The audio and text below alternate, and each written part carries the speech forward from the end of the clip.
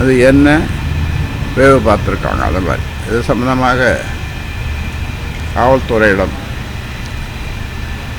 விழுப்புரம் மாவட்டம் கிளியனூர் காவல்துறையிடம் இன்ஸ்பெக்டரிடம் அவரை வரவழைத்து புகார் கொடுத்தேன். அதே போன்று சைபர் கிரைம் அந்த துறையிடமும் புகார் கொடுத்திருக்கிறேன்.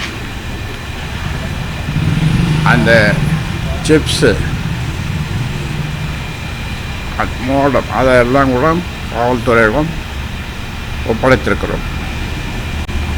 ஒரு பக்கம் சைபர் கிரைம் காவல்துறை, இன்னொன்று நான் ஒரு ஸ்பெஷல் ஏஜென்சி அவங்கள அமர்த்தி அவங்க இது எப்படி எங்கிருந்து யாரால் இயக்கப்படுகிறது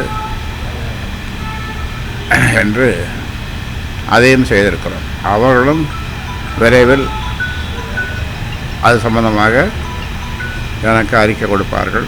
இது இந்த பிரைவேட் ஏஜென்சி அப்படி என்பது காவல்துறைக்கும் சைபர் கிரைமுக்கும் உதவுவதற்காகத்தான். அது உதவியாக இருக்குமே தவிர வேறு ஒன்றும் இருக்காது. அதனால்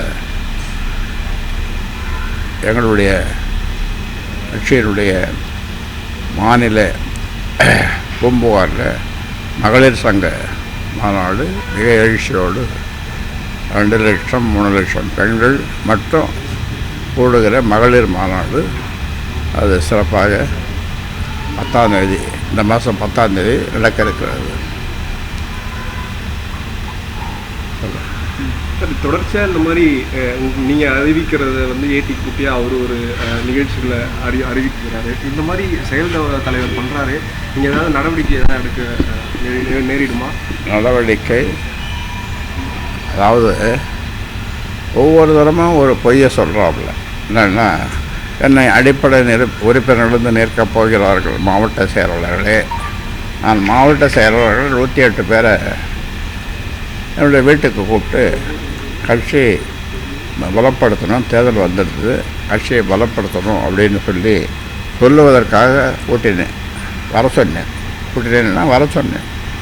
ஆனால் அதிகாலை 3 மணி வரைக்கும் இந்த 100 பேருக்கு போவாதே அப்படின்னு பதில் சொல்லி ஃபோனில் சொல்லி 100 பேர் வரல. அந்த 100 பேர் யாருன்னா நான் போட்ட ஆளுங்க.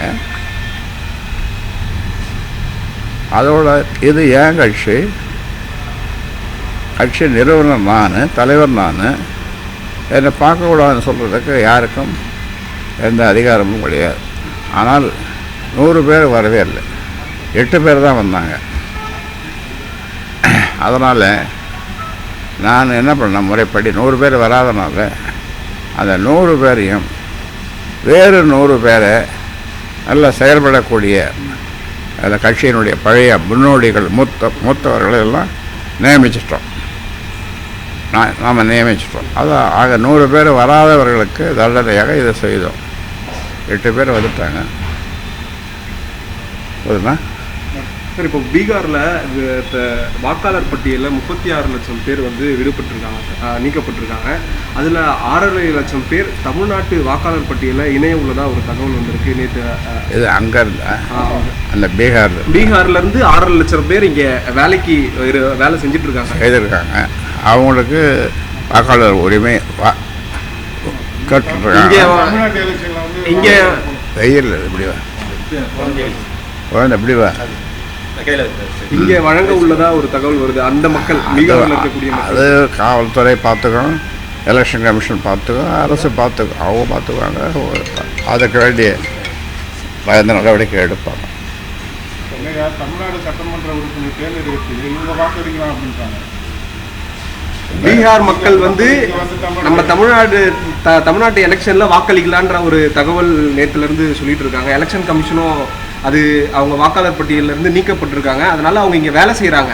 அப்படின்னும் போது அவங்கள இங்கே வாக்களிக்கலான்ற மாதிரி ஒரு தகவல் அவங்க சேர்றதா எனக்கு உள்ள. ஆனால் பீகார் மக்கள் இங்கே வாக்களிக்கிறது சரியாக இருக்காது. அவங்க வேலை செய்வாங்க, செய்துட்டு அவங்க போயிடுவாங்க.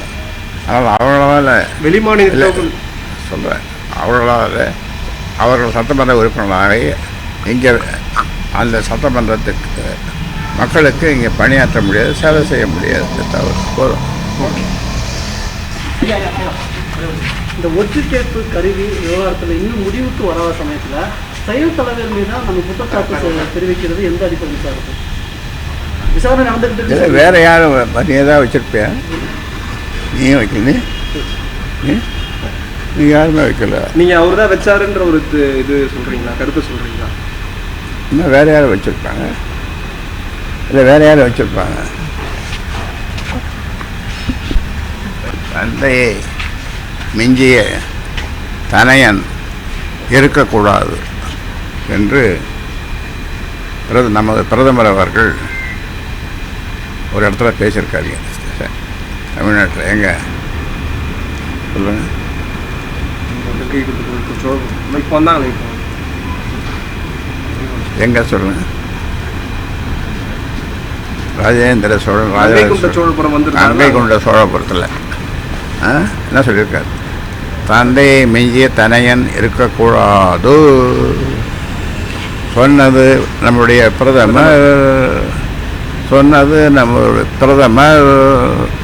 போதும்.